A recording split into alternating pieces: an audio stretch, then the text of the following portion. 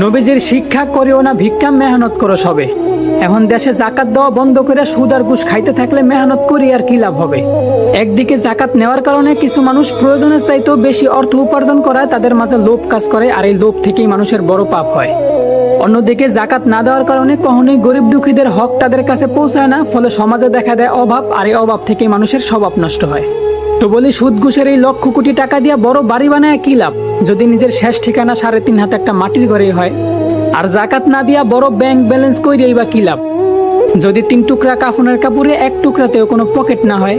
কথাগুলা সত্য, কিছু মানুষের গায়ে লাগবো তাই। সেই জন্য কমেন্ট বক্সে এসে আমারে গালি দিয়া কোনো লাভ নাই। এই সুদ ঘুষ খাওয়াটা কি সঠিক না ভুল, এটা দেশের আইনের কাছে না জিগাইয়া নিজের বিবেক নামক আদালতের কাছে জিজ্ঞাসা করেন। আর যাই হোক, নিজের মায়ের সাথে জিনা করার মতো একটা গুনাহ করতে এই বিবেক কখনোই রায় দেব না ভাই।